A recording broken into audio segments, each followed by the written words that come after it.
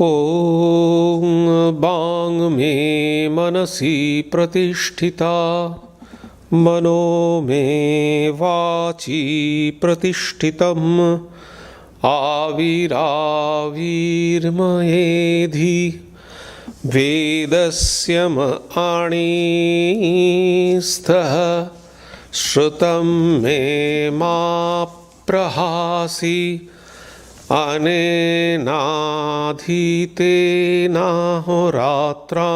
सन्दधामि ऋतं वदिष्यामि सत्यं वदिष्यामि तन्मामवतु तद्भक्तारमवतु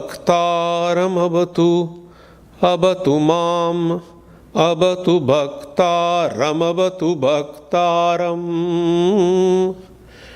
ॐ शान्ति शान्ति शान्तिः हरिः ॐ।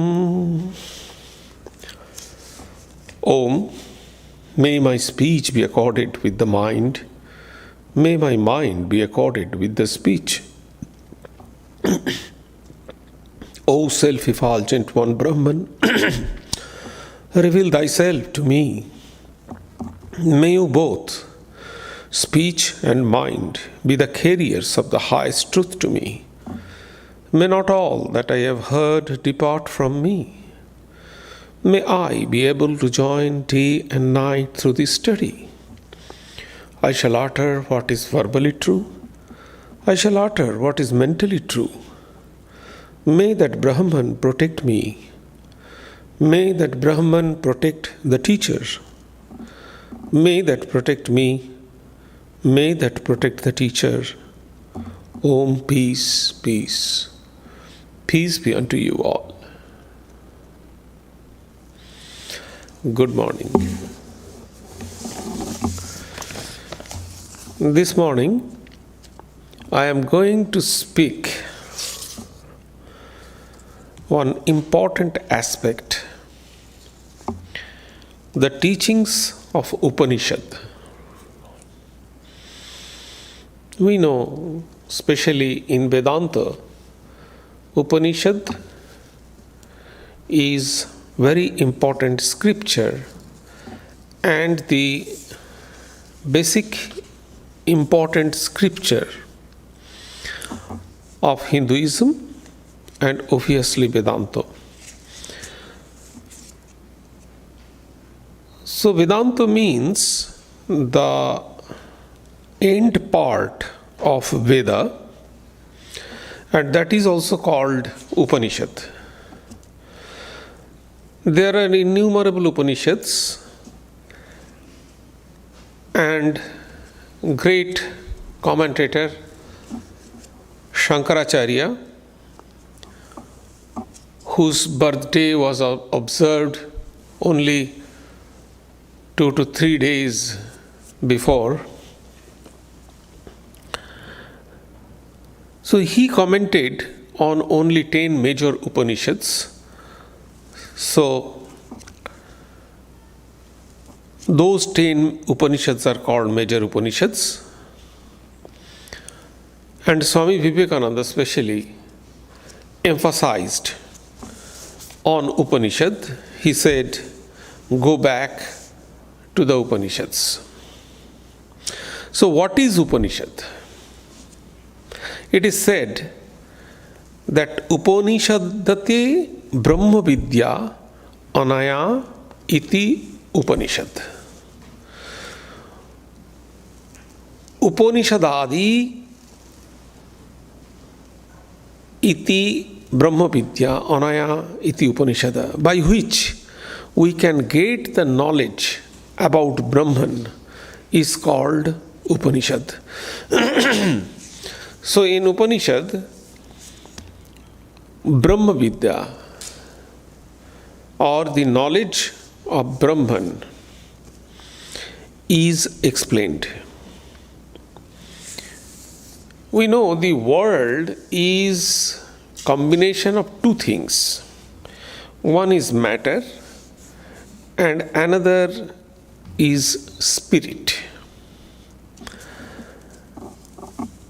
So human being, by their senses, experience the knowledge of the world. They have 10 senses, and mind is also called senses. So they have mainly 11 senses by which they can connect with the world. And what they connect with the world, so those are the matters. So by 5 senses of knowledge and 5 senses of work, they connect, and by that which experience they have, that is called the matter. The experience we have by these 10 senses is called matter. And other experience, what we get, that is through mind. So, these are generally separated in 2 ways.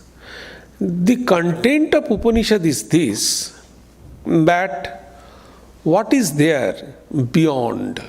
Is there any world beyond? Is there anything beyond our experience, what we are experiencing by the 10 senses, sense organs? Is there anything outside? That is the content of Upanishad. Upanishad explains beyond our experience that we get through 10 sense organs plus the mind. So mind, what we experience through our mind is subtle, that is the cause, and effect that we experience through our 10 sense organs. So these are the difference between 2 systems. And what happened? We see the scientist, they try to research on some specific areas of the worldly things, and we are trying to manage the worldly things for our happier living. So this is the purpose we do. And the scientist, they put it, their assistant, they accept it, what the senior scientist advise or says. Exactly in the same way, the ancient rishis, they put it in front of their disciples and they accept it, what they say. This exchange of guru and disciple is called, in Sanskrit it is called Vidya Charcha, or it is called the study of knowledge. So there must be 2 qualities one spiritual disciple must have. That is independent power of discrimination.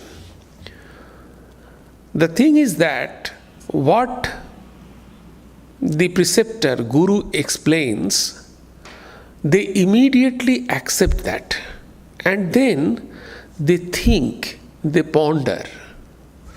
And if they hit upon any question, they immediately ask the guru or preceptor. This is the system. In the beginning, they never reject or refuse to accept any knowledge from guru. But they have the independent power of discrimination So that one disciple must have. So this is, they must have, and they try to think on the basis of that independent power of discrimination.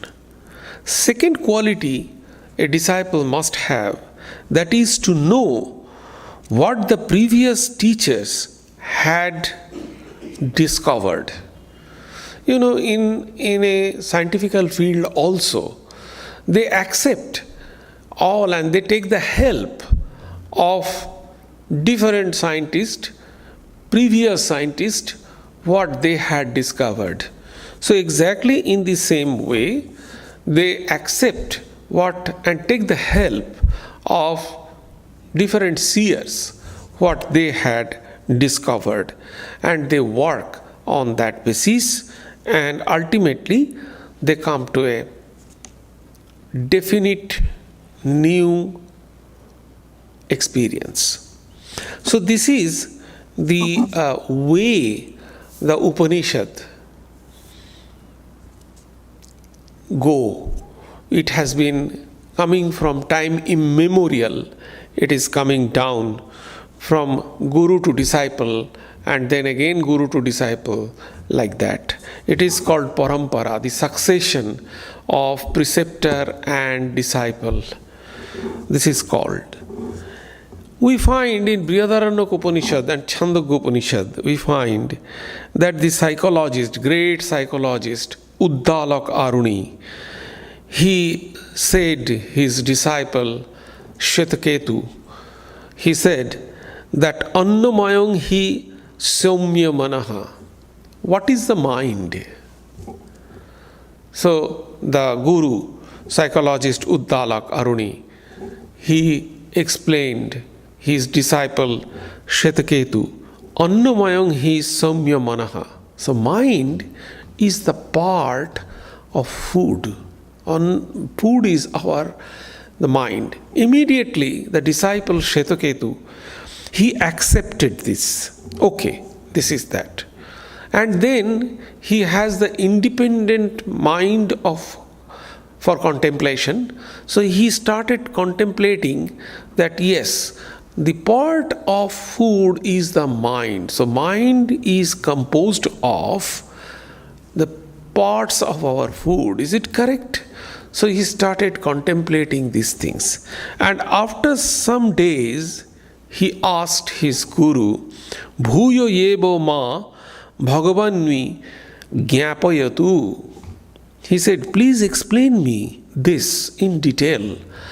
I could not understand the whole essence what you have taught, but please explain me in detail. Immediately he did not ask this question. He accepted his.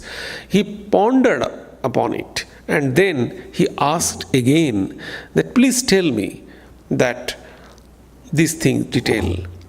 And then Uddalak Aruni advised, see the process of teaching, and always you can find in Upanishad the teachings are delivered in a dialogue, in a story basis dialogue. The disciple is asking question and then the preceptor is replying. It is called Shambhada. Shambhada means dialogue. So all the Indian scriptures are in the mode of dialogue. Here also you see there is a conversation between guru and disciple, and guru is Uddalaka Aruni and the disciple is Shetaketu. So he asked, okay. Then guru said, okay, you have not understood what I have said. Okay, go and fast for some days, let's say 15 days. Please fast 15 days. Then Shetaketu went back and started contemplating with fasting. Okay, after 15 days, he returned to Guru and said, I have fasted 15 days. Then Guru said, please tell me what I have said. But surprisingly, the disciple could not remember any single thing on that day. Then Guru instructed, go. Now you take some sumptuous food and take food with full stomach. Then he went back and took and then returned. Then he found that, okay, I can remember things slowly. And he could remember everything what the Guru, preceptor or Acharya has instructed. Then he realized after contemplation that this, because of my food, I could remember. So remembrance is in the parlance of mind. So my mind, food is feeding mind. So our mind is healthy because of food. So mind is made of food. So he could resolve this intricate point, and he could understand this. So this kind of direct experience is the basis of all truth in Upanishad.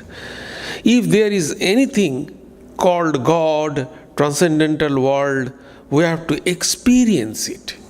And it, in very clear language, Swami Vivekananda presented that religion is realization. If we don't have any direct realization, we don't have religion at all. We cannot consider that person is religious person if he or she cannot have some kind of experience or conviction at least. So, and this is direct. What does it mean by direct experience? Direct experience means everything in this world, what we experience or know, we have to take the support or means for something. As for example, book. We read book and we get our knowledge. So we take some kind of support to get our experience. We see, watch, we through our eyes, through our nose, through our ears, through our hand, through our skin, through our tongue. So all these sense organs, through these we take our or acquire our knowledge. So these are the means. So we cannot consider the experience that we acquire through these means is direct experience. So what is direct experience? Direct experience is this: we do not need any kind of means to experience anything else. What is that? Is it possible? Without anything we can have the experience? Is there anything that without any means, without support of anything, we can have our experience? What is that?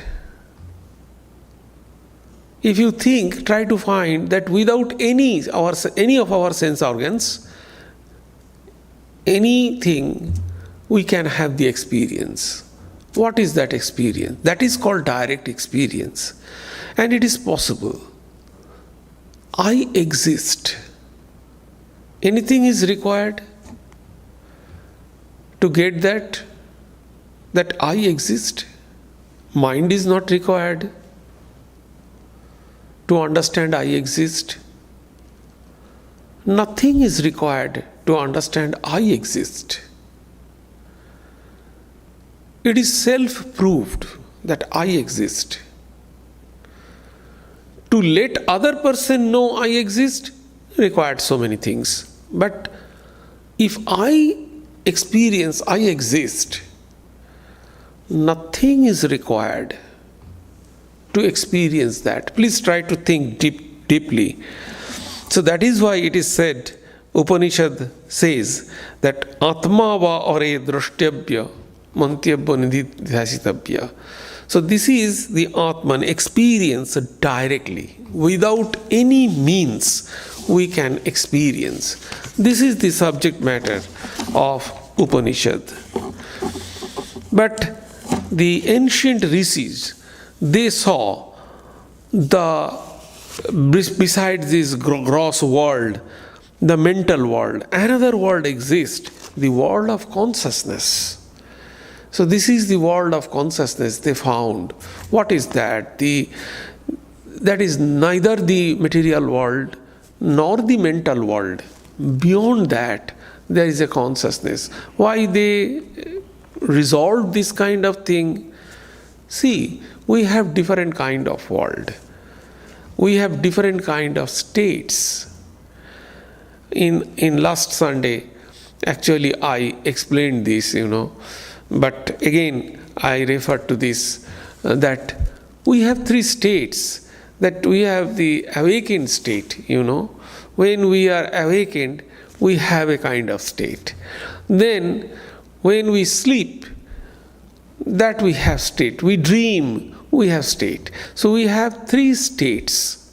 But you see, in these three states, what is the common thing?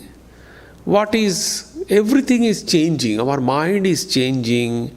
Everything is changing. But what is the common thing? The common thing is I, the self. Even see, in deep sleep, I say, I had a very good sleep. We are playing different role, the role play. We play different roles. Sometimes we play the role of father. Sometimes we play the role of mother. Today is the Mother's Day. I shall come to that point. Role of mother. Sometimes when we read the newspaper, we play the role of citizen of this country. When we are working in the office, we play the role of colleagues, different, Sometimes we are friend, sometimes we are young, sometimes we are old. So different role we have to play. But who is the common here? Neither the role nor anything, but only one person is playing different role. So that is the main thing, which is not changing anything. Everything in this world is changing. Mind is changing. Time is changing. Cause and effect is changing. Everything is changing. Which is not changing? The I. I am watching everything. What I am watching is changing. What we watch is the objective thing. But what I am is the subjective thing. So subject never changes. Object changes. So when we understand anything objectively that is different from I, when we think something, our thought is also different from I. So, this is the subject matter of Upanishad. It says that understand this I. So, worldly things, when we awaken, we interact with the world. When we sleep, we interact with the dream or the deep sleep state. But beyond that, there is another who is experiencing deep sleep also. We cannot experience deep sleep during our deep sleep. So we experience it in a very dormant way, and when we get up, we say that I had a very good sleep. So somebody had experience during that period. Who is that? That is the consciousness. So another world is there. The ancient rishis discovered that is the world of consciousness. So there are three worlds they discovered. When agnostics or some atheist, they criticize spiritual aspirants of Upanishad, then the Upanishad, the students of Upanishads, they said, Vedahametam Purusham Mahantam Aditya Varnam Tamasah Parastat. I saw after the darkness that golden color one. Believe me, please follow me, the path I showed you. You also can see that one. Exactly the same thing what Sri Ramakrishna said to Swami Vivekananda in their first meeting. Swami Vivekananda asked, have you seen God? Yes, I have seen, and I can show you also. So very clear, Upanishad says, yes, I know that.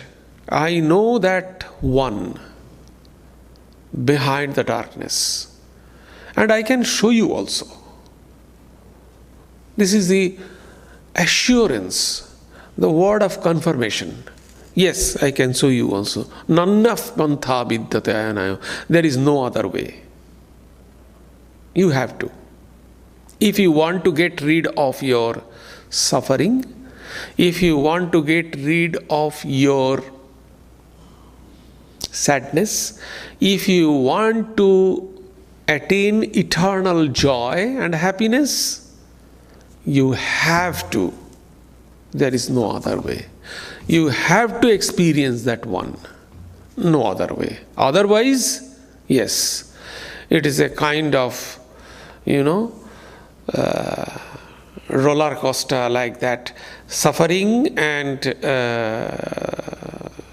sadness and joy and suffering and joy, the vicious cycle going on and going on. And ultimately, when we'll take this stock, we would say that as a Buddha, we would say, yes, suffering is more than happiness.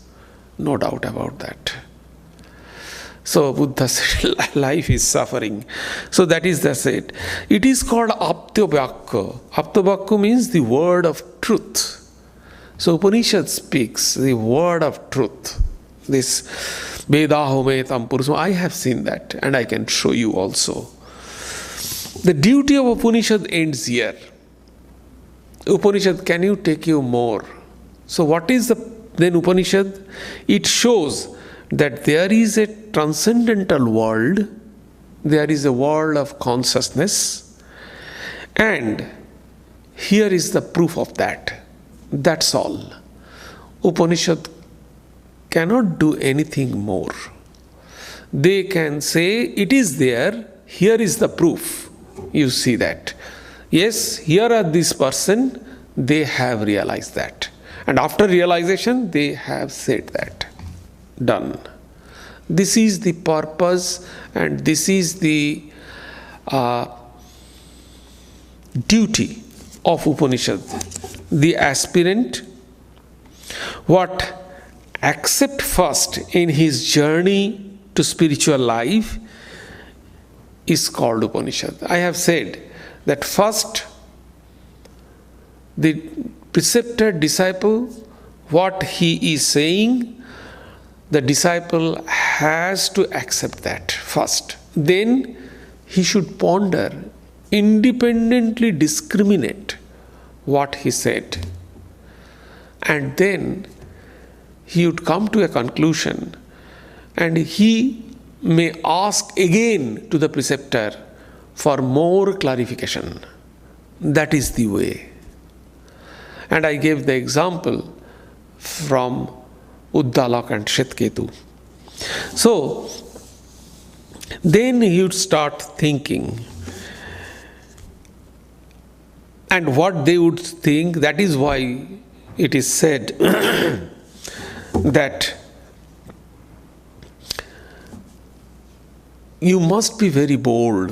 Nayatma balohilena labhya. So you cannot understand Upanishad if you are a weak person. So balohin means weak. If you are a weak person, Upanishad is not for you. Because then you have to struggle and you have to go deeper and deeper. You have to leave all temporary happiness, all kind of desires. It is not only when you are pursuing Upanishadic study, it is not compulsory only for pursuing Upanishadic study. If you can success in your life, you have to get rid of some nominal things. You have to sacrifice few things to get something.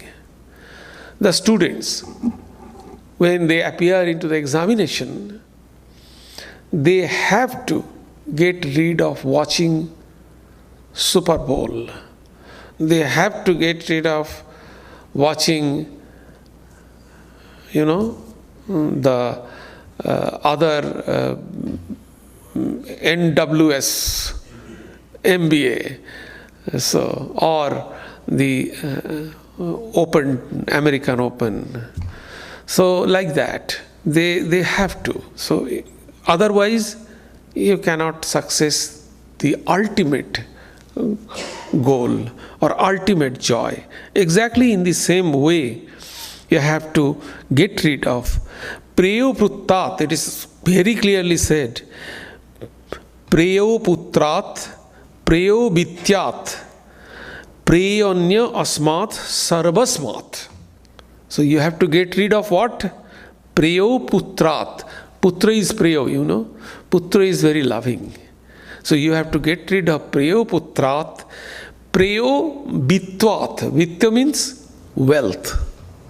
You have to get rid of the wealth.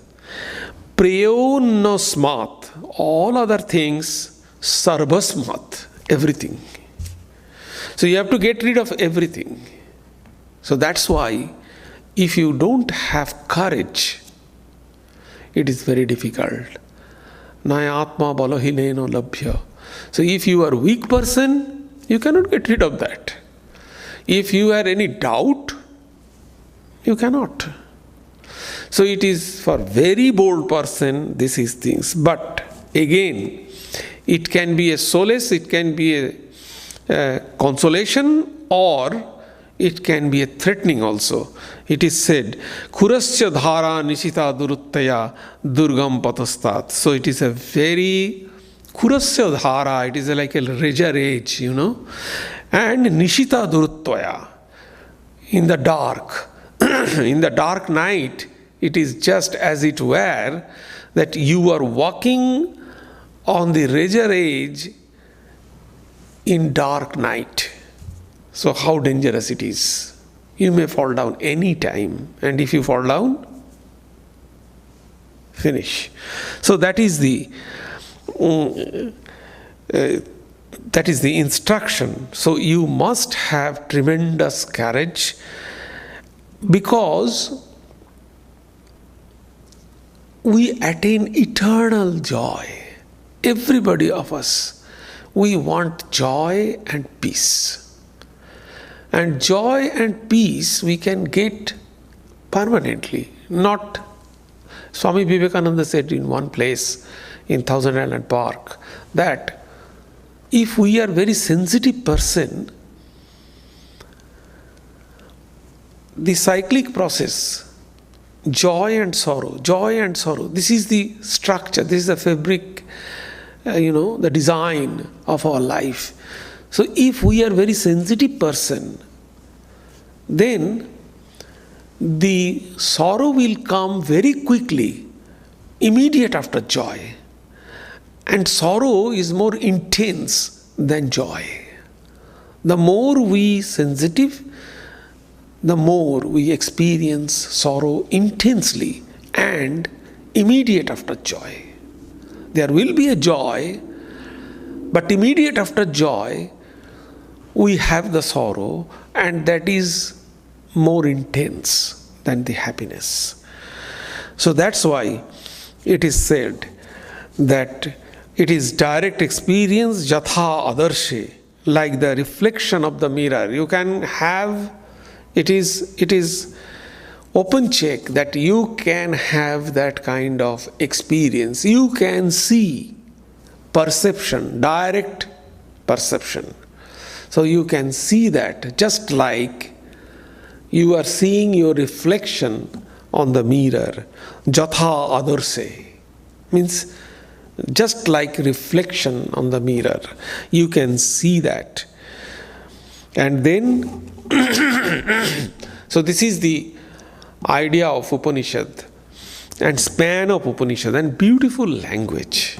The language is excellent. That is why it is called Rasa Vaisaha. It is full of bliss, beautiful language. But suddenly you will find that there is a tremendous wave and darkness. You cannot understand anything, a flood like, and you will find total darkness. Total darkness means Jatro nanyat pashyati, Yatro nanyat srinoti, nanyat bijaniti. Sa bhuma, yovoi bhuma tad amritam, natatra surjabhati, natatra chataroka. So see, suddenly you will see that you cannot understand anything. You cannot see anything. And where there is infinite, sa bhuma, yovoi bhuma tat amritam, which is infinite, that is bliss. So infinite. Natatra surjabhati, natatra taroka. There is neither sun, nor moon, nor any stars. Completely dark. It is a kind of, you see what is happening. So you will say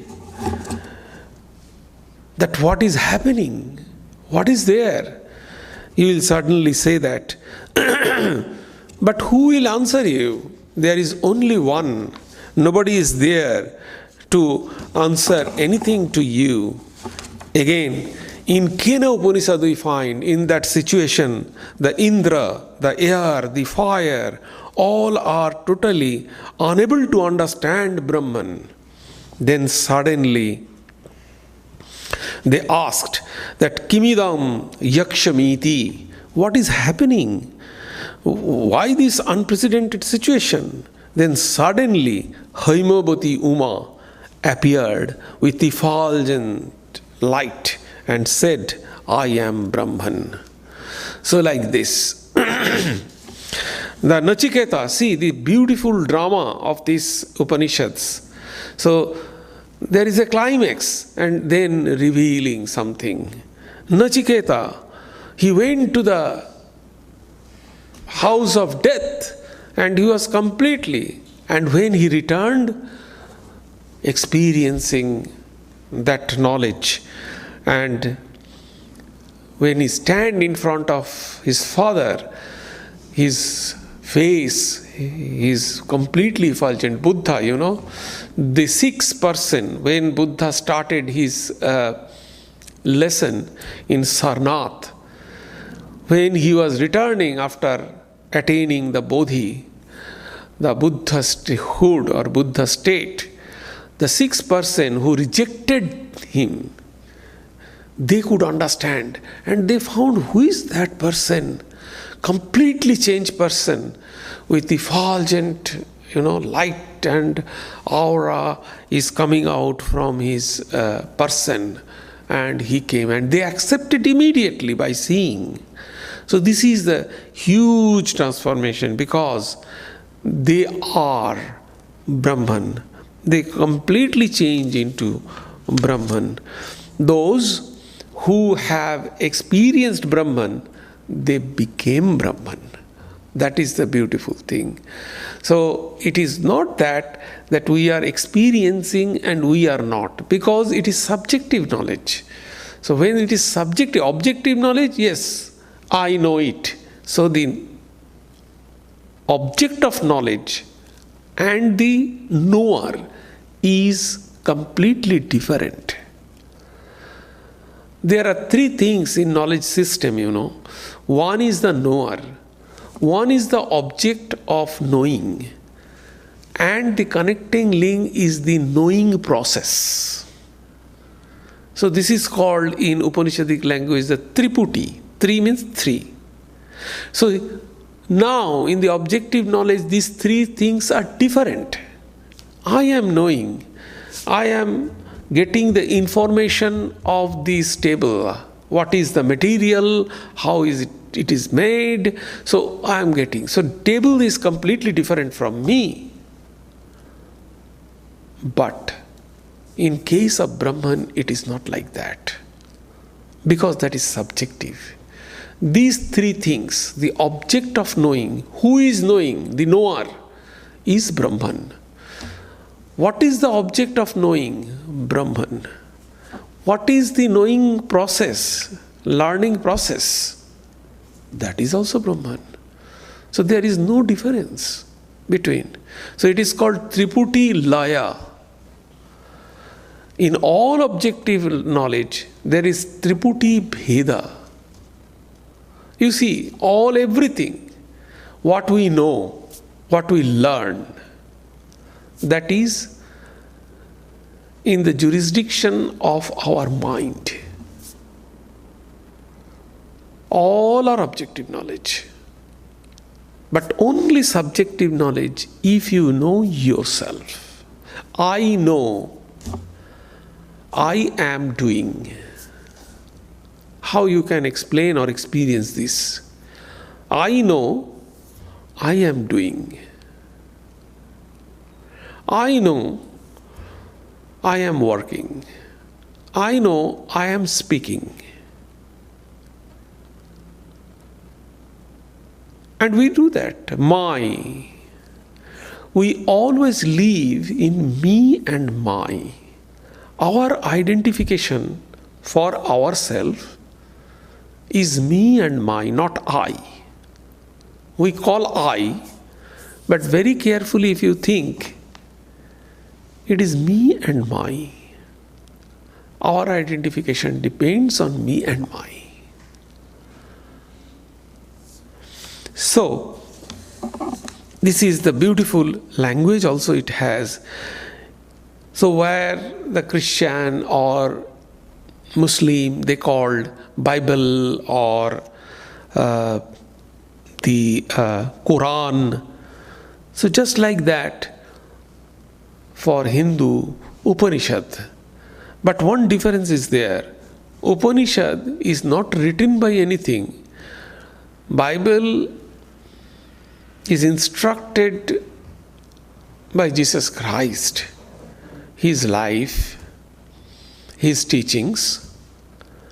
Quran is the instruction of Muhammad. But Upanishad is not the instruction of anybody. It is only the principle. All the rishis, thousands of Janaka, thousands of Yajnavalkya, thousands of Maitri and Gargi, those are the characters in Upanishads. They come and go. We regard and honor them because they experienced that. Otherwise, they do not have any importance. Because the importance is on the principle, on the Upanishad. And from that Upanishad, all the great commentators, philosophers like Shankaracharya, Ramanuja, Madhva, they wrote the commentary. Gita, Purana, Tantra, all the huge, gigantic trees of the scripture that came, the only one source, that is Upanishad. All these things are the essence of Upanishad. From gross worship of Shivalingam or Narayana stone, from there, I am Brahman, Aham Brahmasmi, the whole thing. See, the span, everything we can find in Upanishad. Karma Yogi, Jnana Yogi, Bhakti Yogi, Raja Yogi, all. They take resort in Upanishad. According to Indian philosophy, who does not accept Upanishad is called atheist. Even Shankha philosophy. There are two types of Shankha philosophy, which is called Nirishwar Shankha, means no God is there, and one is Sheshwar Shankha, which is where God is there. Mainly the Patanjali Yoga Sutra is called Nirishwar Shankha, means there is no God, although the Ishvara word is there in Patanjali Yoga Sutra in 2 verses. Ishvara Pranidhana, surrender to the God. So 2 places the God is mentioned in Patanjali Yoga Sutra. But even it is Nirishwara Shankha, Shankha without God, but it is there. They are not considered atheist because they accept Upanishad. Who is the writer of this Upanishad? I have already mentioned there is no writer. So Upanishad says, Iti susrumo dhiranam ye nastod di chachakshire. So I heard from my previous teachers like this, on this knowledge. So it is by listening. There is no any writer. Iti susrumo dhiranam. Dhiranam means the great teacher. Iti susruma. I heard it from that. Ye nastatdvi cha chakshire. These great teachings. Upanishad is not based on anybody's teaching, because if a person is involved in some scripture and after 1,000 years, if it is proved that the person was not there, or somehow or other the person is wrong, where the whole religion will fall, where the whole religion will go. So that's why Upanishad is the principle.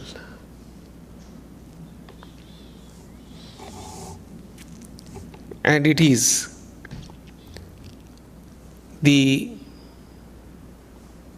presenter of the truth. I have already mentioned, and it is said that is why Kratumaya Purushaha. So be bold. Kratu means wish. Kratumaya Purushaha. What you think, that you will be.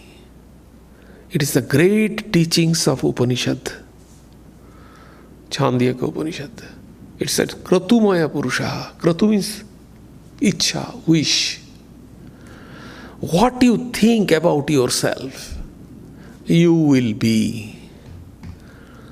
That is why Swami Vivekananda said, think always that you are that. You are powerful. You have strength. Swami Vivekananda said that only one sentence, it is coming out from the Upanishad, and that is Ovi, fearlessness. So it gives the strength. Swami Ranganathananda ji always says that Upanishad means strength. Bhagavad Gita, strength. Without strength, without courage, we cannot get the essence of Upanishad. Because we have to sacrifice, we have to stand alone, face challenges. So courage is required. For what? Freedom. Swamiji said, freedom is the song of the soul. What motivation we can get? Freedom. We want freedom. Swami Vivekananda said in one place that the robber, he also wants freedom. A spiritual aspirant, he also wants freedom. There is no difference between their asking of freedom. But one thing is evil because of their way of doing.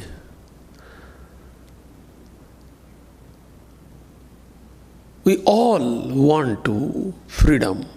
We all want good, beauty, truth. Even the great killer, he also appreciate truth. He also appreciate beauty. So, why? Because it is our real nature. We cannot go otherwise. We cannot. But what we are seeing, that what we are doing, because our mind is covered by three things: raga, attachment or repulsion; dvesha, hatred, anger, jealousy; and bhaya, fear. We cannot see. Our mind is covered with that. If we can get rid of that, everything will come. Swamiji said, power will come, name will come, fame will come. What is good, everything will come. If you can understand your real nature. This kind of assurance, this is everything.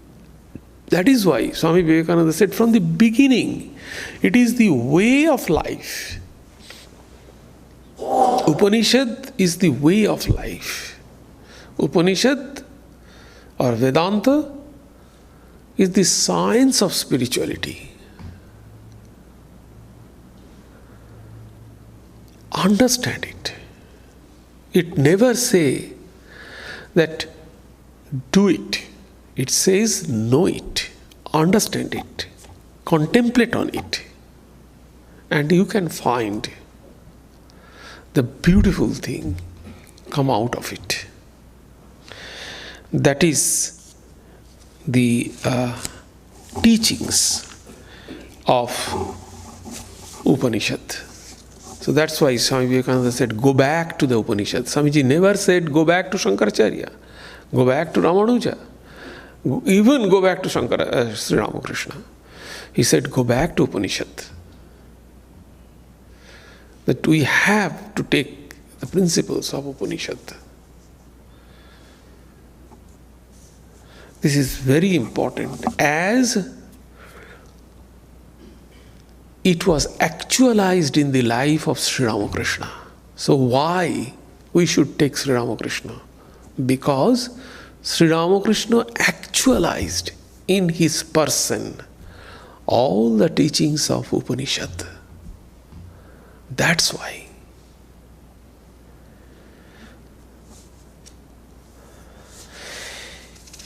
And we are fortunate actually, because we are getting this kind of, we are very close to this kind of lessons.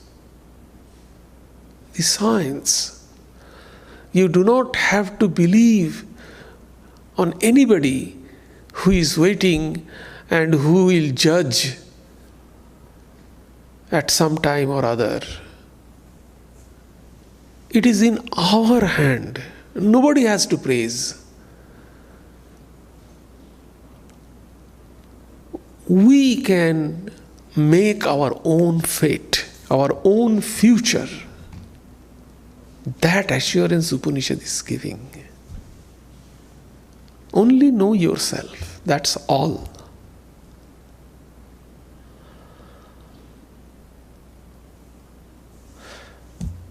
However, but this is not so easy again, because for this we have to eliminate many things. So that is why it is said again and again, again and again. We have to listen to it.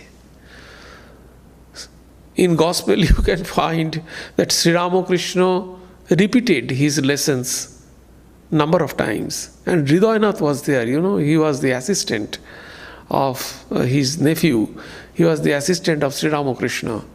And one day, he could not control himself. He asked Sri Ramakrishna, "Uncle, why are you repeating the same thing every day?" Sri Ramakrishna became annoyed. And he said, "Rascal, I am telling, what about you? It is not your business." So Sri Ramakrishna repeated these things again and again. It is because Sri Ramakrishna knew that people, they forget. They have a lot of responsibilities, duties, social responsibilities, duties in their families. So they forget again and again, again and again. If we contemplate, then it will give some impression in our mind. And after a long time, we can start a little bit. That's why in Viveka Chudamani, actually we are doing Viveka Chudamani. Just we have started Viveka Chudamani in San Jose, Sunday evening. So the Viveka Chudamani, the very first verse, it is not first actually, first is Guru Vandana, but the second verse it is said that it is very rare to get the human life. So 8 points they gave. Very difficult. We are getting human life. Why? It is very precious, human life. Because only human life, we have the urge of evolution. Animal doesn't. Animal doesn't have this urge of evolution. I will become better. They are guided by principle. They are satisfied in living. We want to satisfy with our life. They are happy where they are. But we are not happy. We want to get more and more and more and to elevate. First money, then living, then food, then name and fame, then so many things. So Bhuma, we want Bhuma. Bhuma means infinite. Because we are infinite. Think, what we are, we want that. What we do not have any limit. Our limit is sky. Why? Everything. In everything. Why? Because we ourselves is infinite. Why we want joy and peace? Because our real nature is blissful. Why we want beauty? Because our real nature is beauty. We cannot go otherwise. In next Sunday, I have a talk on morality. Why should we be good? We have no other alternative. Because that is our real nature. If you do bad, then also you have to appreciate good.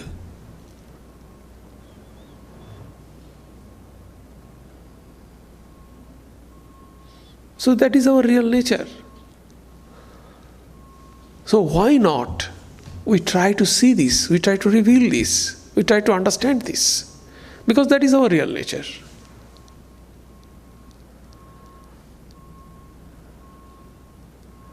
I always say, when we are peaceful, in our whole day, 24 hours, what is the most peaceful time? Can you please tell me? What is the most peaceful time we have in 24 hours? Please tell. In? What is that? Deep sleep. When we sleep, that is the most peaceful time. Why? Why it is peaceful? Can you please stay? This is the secret of peace. This is the secret of peace. Because At that time, we are not connected with the world. We do not have any desire. Completely desireless.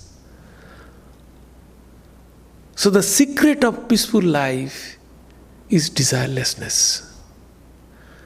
And that is most wanted. We cannot understand that. The more you will be attached with different things, the more you will be stressful. See?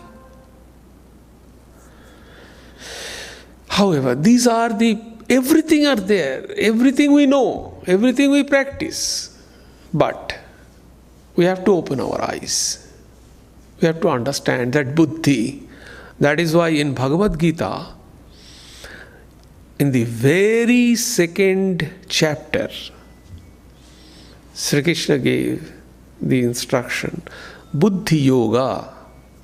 Unless we have proper buddhi, intelligence, we cannot understand this. Sharpen of buddhi is required. Buddhi is very important. And why we cannot sharpen our buddhi, intelligence? Because it is deluded by desire. Again, everything is deluded by three things I have said. Raga, dvesha, bhaya. Raga means attachment or repulsion. I like you, liking and disliking. Dvesha, anger, jealousy, hatred and fear. Covered everything. Or otherwise you can say, covered with rajasic, tamasic. Is other same thing, different language. In different place you can find. Remove it, done. Om sarve bhavantu sukhinah, sarve santu niramaya, sarve bhadrani pashyantu, ma kaschid dukkham apnuat, sarvastarotu durgani, sarvo bhadrani pashyatu, sarva sadbuddhim apnotu, sarva sarvatra nandatu, durjana sajjano bhuyat, sajjana shantim apnuat, shantamuccheti bandhebhyo, muktaschanyan vimochayet. May all be happy. May all enjoy good health. May all see happy events. May all be freed from miseries. May all be freed from dangers. May all realize what is good. May all be actuated by noble thoughts. May all rejoice everywhere. May the wicked become virtuous. May the virtuous attain tranquility. May the tranquil be free from bondages. May the freed make others free. May the Supreme Spirit, the presiding deity of all sacred activities, be satisfied, for he being pleased, the whole universe feels satisfied. Om peace, peace. Peace be unto you all.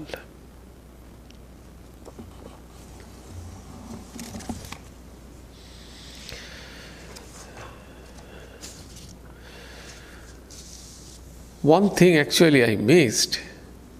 This Upanishad is called Mother because this Upanishad nurtures a person from a naive state to the state of full of wisdom. So everywhere it is said that Upanishad is mother. In Bhagavad Gita also, the Upanishad is termed as mother. So Upanishad, today is Mother's Day, So Upanishad is our mother. Like a mother, it nurtures us. It gives us all kind of food. Food, definite knowledge. Knowledge is one kind of food also,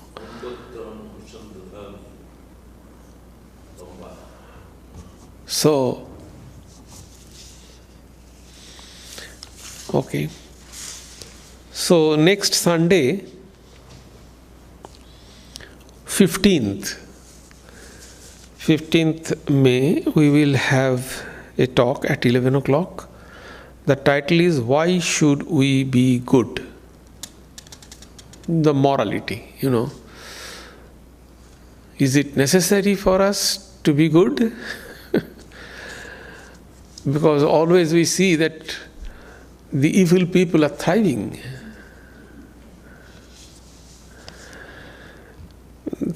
Well, and as usual, tea and coffee will be served. But for the following Sunday, means 22nd May, we do not have Sunday lecture here. So as usual, tea and coffee will be served to Saradananda Hall, which will be followed by Prasad luncheon. You are requested to join. Thank you.